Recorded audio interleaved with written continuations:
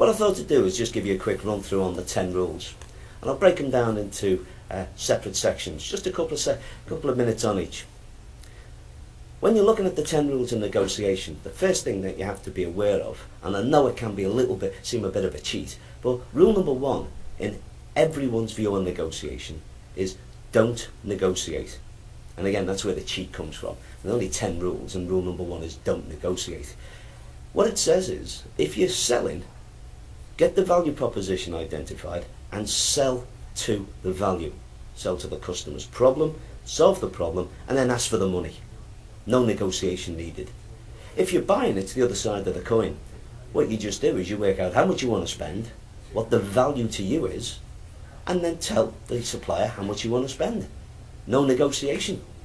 They can make their own decision. And that's rule number 1. Don't negotiate unless you need to. Rule number 2 in negotiation is quite a careful one. Rule number 2 is never negotiate with yourself. Everyone has a tendency to lose a bit of confidence when they do go into a negotiation.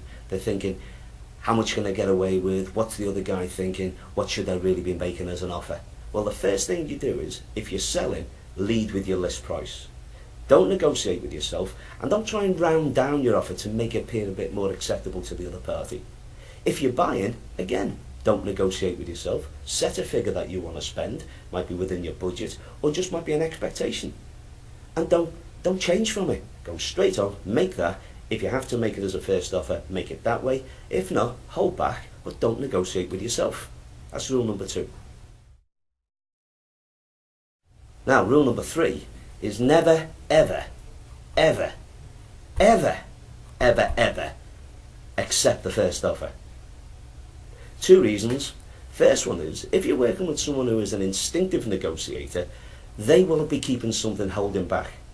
So the first offer won't be the best one for you. The second reason is, if you're dealing with a professional negotiator, they're not going to try and break rule number 2. So they won't be negotiating with themselves already. So the view here is, when you actually see someone make an offer put on the table, there's always a better one behind it. Not necessarily lower money, but a better offer can always be made. So rule number 3, never, ever, ever accept the first offer. Now, rule number 4 can sometimes be a bit confusing, because rule number 4 is never make the first offer if you can avoid it. The point about this is that if the other guy makes his first offer, he's not going to try and break rule number 2, but you're not going to break rule number 3 and accept it anyway. So you never make the first offer if you can avoid it. Always get the other person to put their stake in the ground, because that might be the best price you're going to see today, but of course we're not going to accept it, so we're going to negotiate further on it. Rule number 4, never make the first offer if you can avoid it. Now, rule number 5 is slightly different, slightly more complex.